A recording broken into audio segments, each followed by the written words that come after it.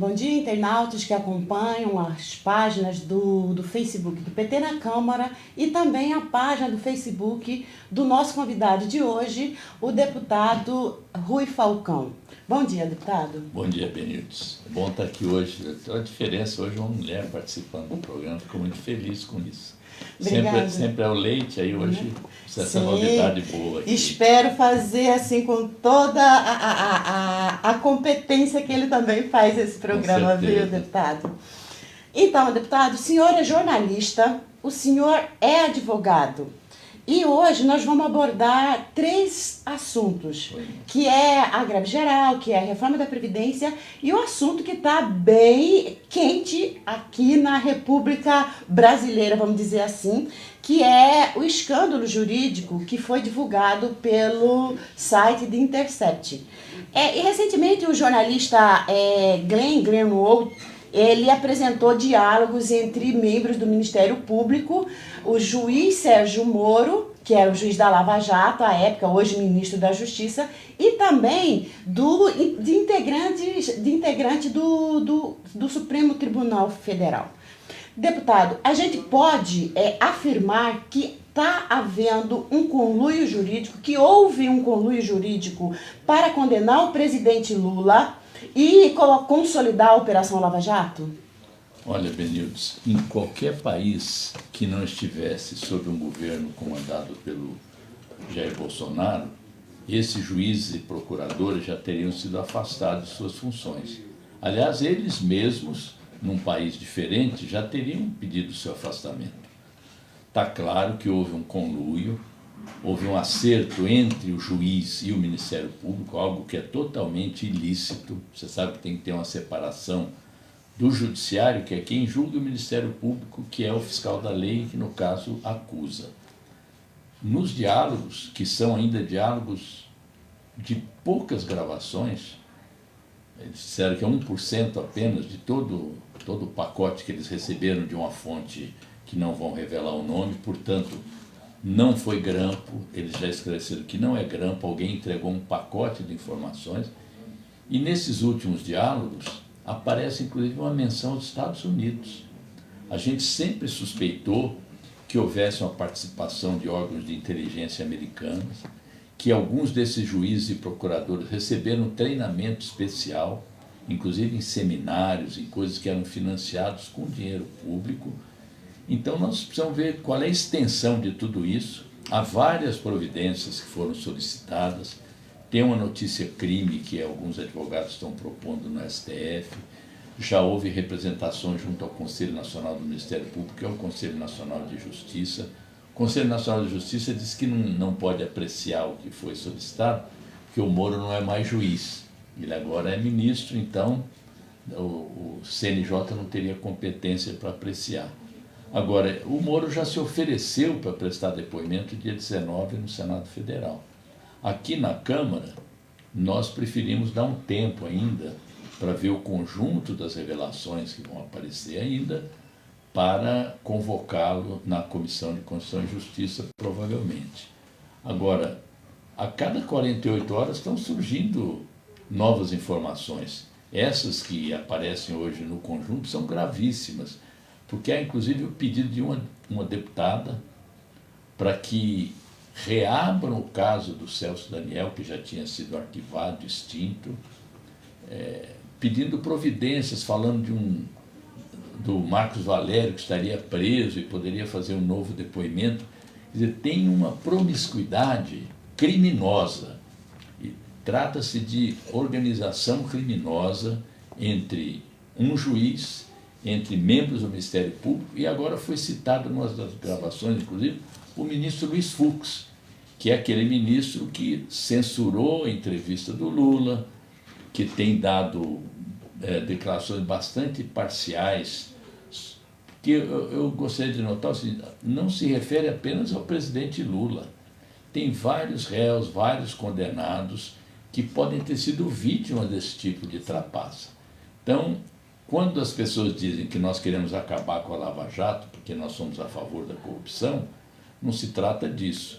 ninguém mais do que os governos do PT criaram instrumentos para combater a corrupção. Inclusive alguns instrumentos que depois se voltaram contra nós, que é o caso das delações premiadas, que as pessoas são constrangidas pela prisão a prestarem depoimentos nem sempre verazes.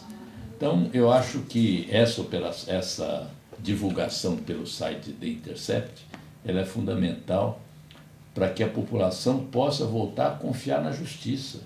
O que há de pior nisso é que o povo passa a descrer do judiciário. Por conta de um juiz, de alguns promotores, todo o sistema fica comprometido. E eu queria aqui também dizer que nós estamos todos solidários com o jornalista Glenn Greenwald. Ele tem recebido ameaças, seus filhos têm sido ameaçados, houve uma ameaça à mãe dele também. Ontem aqui um deputado disse que ele deveria ser deportado. Então não é possível que alguém no exercício da liberdade de imprensa, da liberdade de expressão, tenha seu trabalho cerceado porque está falando a verdade. Deputado, o senhor acabou de dizer que 1%, eles mesmos disseram que eles só divulgaram 1%. Ou seja, leva a crer que faltam ainda 99% daquilo que eles já apuraram. Não seria um momento de as instituições brasileiras, essas que estão sendo envolvidas nessa questão toda, chegar a público, dizer que vai apurar e que assumir realmente o que aconteceu, do que ficar utilizando o argumento agora é que são hackers que estão pegando o celular de todo mundo. Aquelas pessoas que ainda não apareceram já estão se antecipando, isso. Não é isso? Dizendo que essas pessoas foram hackeadas. Como é que você enxerga isso? Não seria um momento da transparência, de passar a limpo realmente? Então, você tem toda a razão. Qual é a reação das pessoas que são citadas? Elas não desmentem o conteúdo e dois tipos de argumento agora. O primeiro é que elas foram hackeadas. Olha, uma das 10 medidas de combate à corrupção que foram apresentadas no passado por esses procuradores e outras instituições, um dos itens era que provas ilícitas podem ser utilizadas, que era algo que a gente achava inadmissível. Mas se valia para eles, para as pessoas que eles queriam imputar, agora valeria também. A outra que tem um texto do ministro Alexandre de Moraes, em que ele fala que, dependendo do caso, provas podem ser validadas. Por exemplo, se uma pessoa é acusada de matar alguém e depois vem uma testemunha que gravou o assassinato vendo que o autor foi outro, essa prova é válida para inocentar aquele que estava sendo acusado. Então, o mais importante é que eles desmintam o conteúdo, ou, como quer você, que elas expliquem tudo. E por que é só 1%? Porque é um trabalho extremamente criterioso e é um trabalho difícil, porque envolve um volume muito grande de informações. Eles dizem que tem áudios, tem vídeos, tem texto, eles têm divulgado o texto. Agora, o áudio exige uma identificação da voz, para não ser a voz do Sérgio Moro é inconfundível, mas de outros não, aquela voz de taboca rachada, de pato, né? É fácil identificar, como é fácil identificar a voz do Lula, aquela voz forte, característica, né? E que tenta imitar também. Isso, e outros não. Então, é um trabalho criterioso. Hoje eu vi, inclusive, o texto tem alguns trechos que eles cobrem de negrito para proteger a identidade de alguém, que não tem implicações. Como também eles já avisaram que não divulgarão coisas pessoais, íntimas e tal, que deve ter muita coisa também. Estão se atendo a fatos que têm implicações políticas e jurídicas. E acho que é um bem para a democracia brasileira divulgar essas informações na sua amplitude. Deputado, aqui os internautas estão colocando assim, o Paulo Vieira, ele não diz qual é a cidade que ele está acompanhando, né? Ele fala assim, ironia do destino é que em 5 minutos o hacker encontrou mais prova contra o Moro do que a PF em 5 anos contra o Lula. É verdade. Não é? Aliás, uma coisa, né? O Dallagnol dizia que não tinha provas, mas tinha convicções. num dos trechos, ele fala que não tinha muita convicção sobre as provas que levaram à condenação do Lula no episódio do Triplex. Então, não só ele não tinha provas, como parece que também não tinha convicção, né? Então, deputado, você está falando o que levou à condenação do presidente Lula, no primeiro momento, a 12 anos e 1 mês pelo TRF-4. Agora o STJ reviu essa condenação e parece-me que agora é 8 anos e alguns meses, que eu não me lembro agora, ou 4 meses. Ou seja, está havendo uma... Eles estão... não é capitular o termo, mas você tá vendo um recuo, vamos dizer assim, em termos da condenação do presidente Lula. Com essas evidências, são evidências realmente, com esses fatos que estão sendo levados a público, o senhor acredita que o STF pode rever essa condenação, já que, como o senhor mesmo acabou de dizer, se é algo que eles dizem que é ilegal, mas que pode ser para o acusado, para o libertar, para refluir, reduzir pena ou qualquer uma dessas questões. O senhor acredita que o STF pode vir a atuar dessa forma? Veja, tem vários processos em andamento.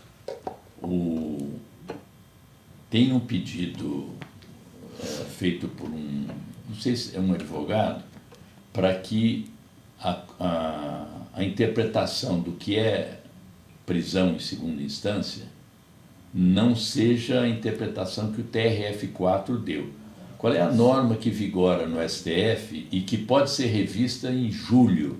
Que é o seguinte: após uma condenação em segunda instância, o réu pode ser encarcerado, pode, analisando cada circunstância. O que o TRF-4 fez? Deu interpretação ampla isso aí, dizendo o seguinte: após condenação em segunda instância, o réu deve ser preso. Foi o que fizeram com o presidente Lula.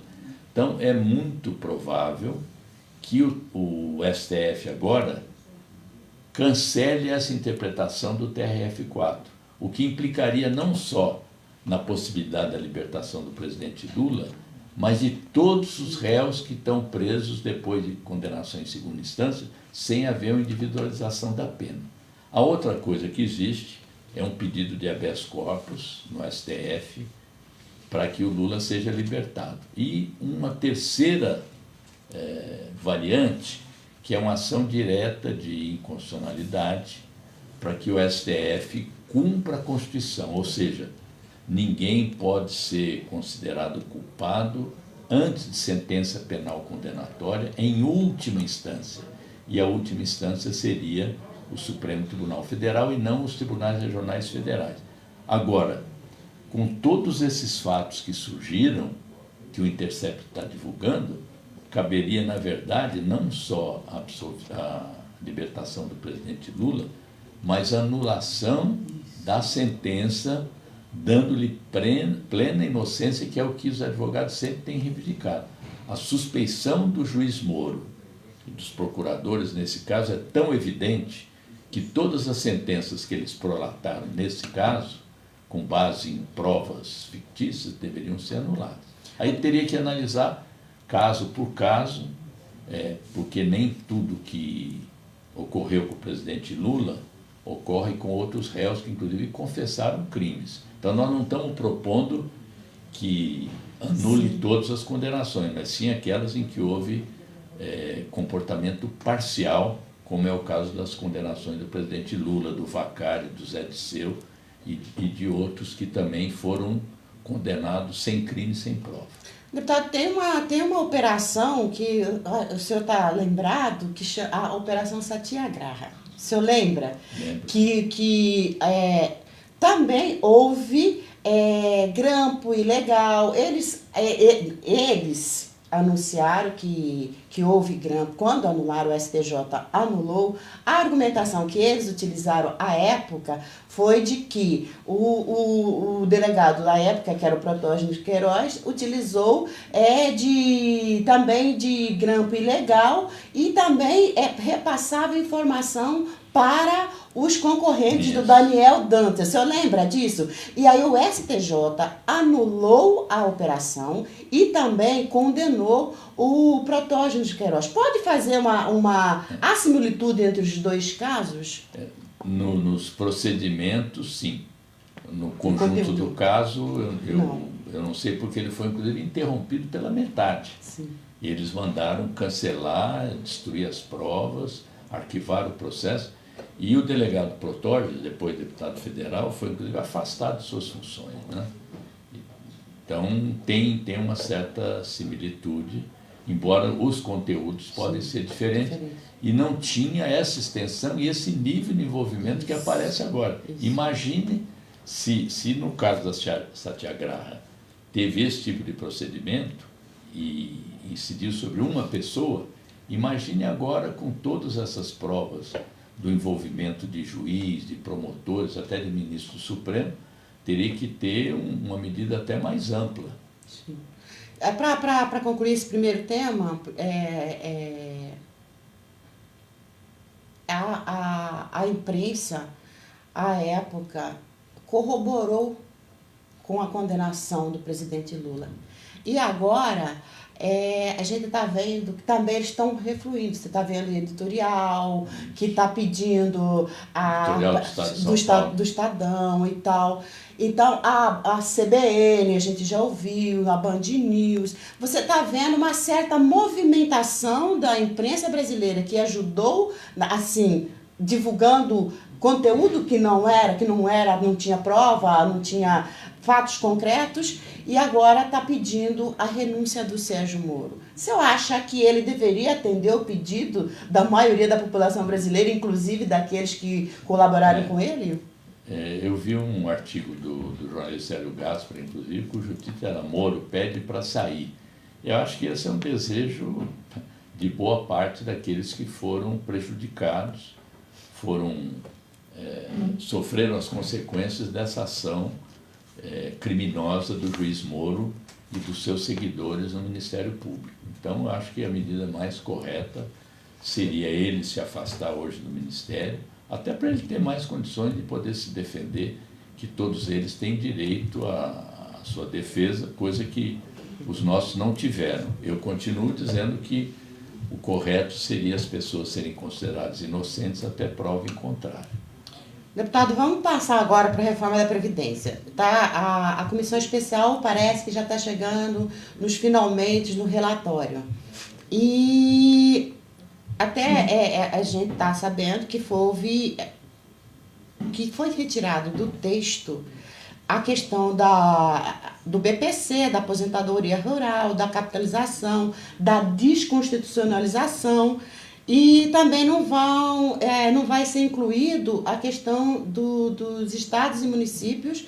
E também eles estão retrocedendo, eles estão também retirando do texto a aposentadoria das mulheres. Vão manter os 15 anos de contribuição.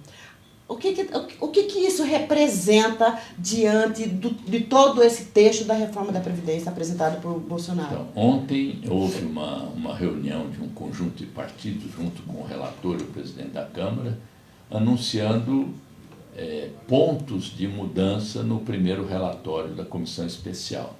Nesse momento que nós estamos aqui, o relator deve estar iniciando, ou quem sabe tentando iniciar a leitura do texto do seu relatório. Várias das coisas que eles estão retirando, supostamente, foi por pressão nossa, pressão de vários setores da sociedade, e parece que se caminhou para um grande acordo. Na verdade, embora esses itens possam ser retirados, e a desconstitucionalização, precisa ver qual é a extensão, sim, e também a capitalização que sai do texto, mas já há uma informação de que apresentarão um projeto específico no segundo semestre. Então, o conjunto das maldades da reforma da Previdência continua no texto. O regime geral da Previdência, aquele que é o nosso INSS, que são os principais sacrificados, porque 800 bilhões da esperada economia de 1 trilhão 240 milhões virão dessas pessoas, daquelas que ganham no máximo até R$ 1.400. Por que elas serão sacrificadas? Primeiro, porque o sistema de cálculo continua no relatório, ou seja, em vez de computar só os maiores salários, computa o conjunto dos salários, o que leva a média da aposentadoria para baixo. Segundo, que para você ter aposentadoria integral, não basta os 20 anos de contribuição para os homens, são necessários 40 anos de contribuição. E mesmo 20 anos de contribuição é quase impossível você conseguir, dada a rotatividade do mercado de trabalho brasileiro. Da mesma maneira, não há nenhuma menção à questão do acúmulo da pensão com a aposentadoria. São dois direitos. A pessoa, vamos supor, a viúva recebe uma pensão do seu marido que era contribuinte da Previdência e ela quer se aposentar porque também contribuiu. São dois direitos, duas contribuições, e eles proíbem esse acúmulo e exigem que se opte pela contribuição maior. Eu poderia aqui enunciar várias outras maldades que continuam presentes no texto e que justificam porque a bancada do PT e dos partidos do campo popular se opõem a essa reforma. Nós vamos votar contra o relatório, nós vamos obstruir para que esse relatório não seja aprovado, e é um grande reforço para a nossa luta, que é a greve geral de amanhã.